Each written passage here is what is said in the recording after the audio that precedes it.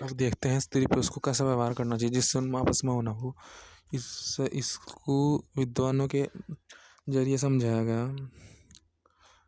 और देखो कि विद्वान कैसे होते हैं। विद्वान ऐसे होते हैं कि वे एक तरह से शांत होते हैं, आसपास की परिस्थितियों पर ध्यान नहीं देते। क्यों नहीं ध्यान देते? क्योंकि उन्हें पता है कि हर समय कोई हर कार्य नहीं कर सकता, क्योंकि आजकल माहौल वातावरण में मतलब एक तरह से क्रोध का है। तो हम ऐसी परिस्थिति ढूंढे हो सके तो जिसमें अनुकूल हमारे से अनुकूल मनुष्य हो, हमारे अनुकूल व्यक्ति हो। जो ना हो सके वो तो योगी तो देखो कोई सी भी परिस्थिति में कल एक तरह से कंट्रोल करता रहना चाहिए वैसे अपने आप को भी। परंतु ऐसी स्थिति देखो जहाँ अनुकूल हो, क्योंकि हम जितना अपने आप को रोकेंगे अंदर से उतना ही होगा। जो हम अंदर से नहीं रोकने के अपने क्रोध के भाव को, ईर्ष्या के भाव को, तो फिर हम बुरे बुरे मार्ग में धंसते रहेंगे।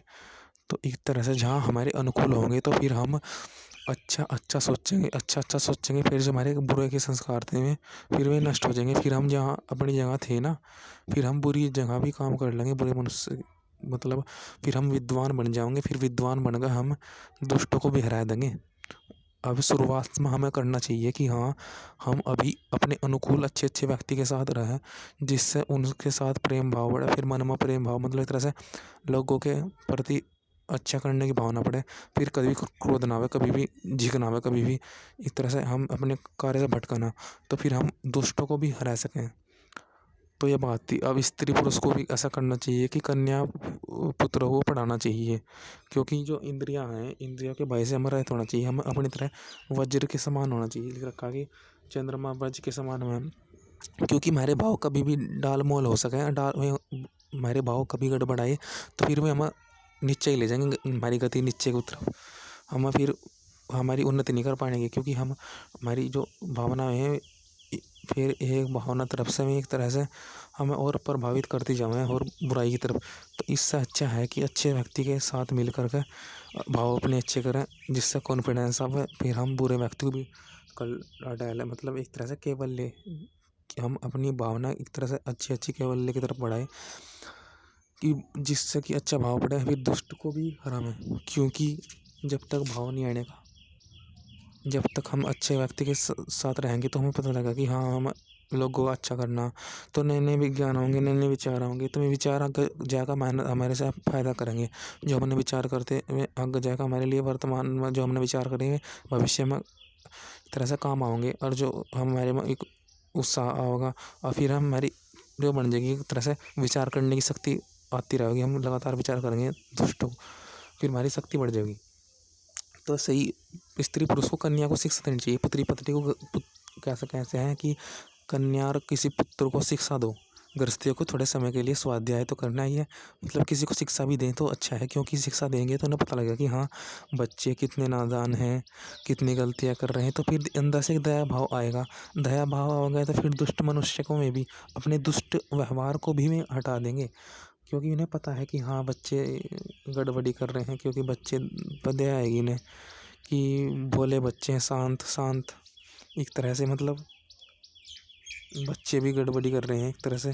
उनको पता लगेगा कि हाँ, सिखाना चाहिए हमको। तो फिर में उनके अच्छे संस्कार जागेंगे, बुरे नहीं संस्कार जागेंगे। फिर में आपस में नहीं लड़ रहे हैं पति पत्नी, क्योंकि मैं कन्या को सिखा रहे हैं तो उनमें भी कुछ सीख जाएगी ना।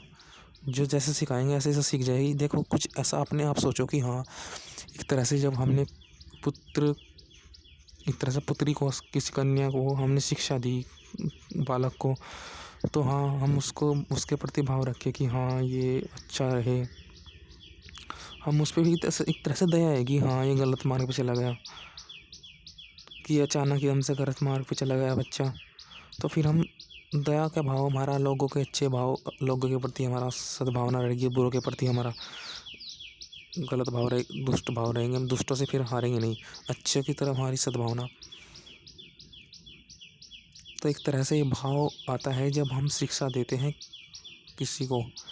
शिक्षा कैसे देते हैं कि एक तरह से ये भावना अच्छी रखते हैं कि हाँ, इसका क्या हो गया बालक का, ये पढ़ता तो अच्छा होता, अब पता नहीं किस मार्ग पर चला गया। मतलब बच्चे होते हैं वे जो भी करते हैं बड़े एक तरह से उसमें डूब जाते हैं। तो हमें भी लगता है कि हाँ, हमें नहीं अपनी गलती में डूबना, हमें तो अच्छाई में डूबना है। तो ये भाव आ जाता है फिर कि इस बच्चे को देख के कि बच्चे, हाँ, बच्चे के ये तो चाहते ही हैं कि बच्चा अच्छा हो, वो निर्गति पे ना जाए। तो उसके प्रति एक दया आ जाती है कि बच्चे को कोई सिखाए, फिर हमें सिखाने लगते हैं। एक तरह से ऐसा भाव आना चाहिए।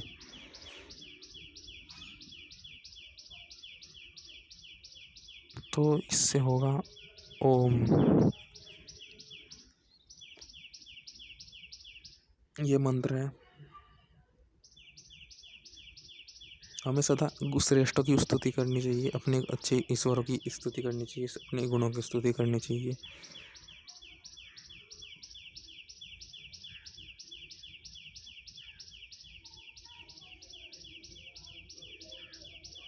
अपने बल को, प्राण को एक तरह से नियंत्रण करो, एक तरह से अपनी अच्छाई को ढूंढो, अच्छाई करने का प्रयास करो। हमें सदा प्रयास करना चाहिए कि अच्छाई करें, कहीं से हमें अच्छाई करने का मौका मिल जाए।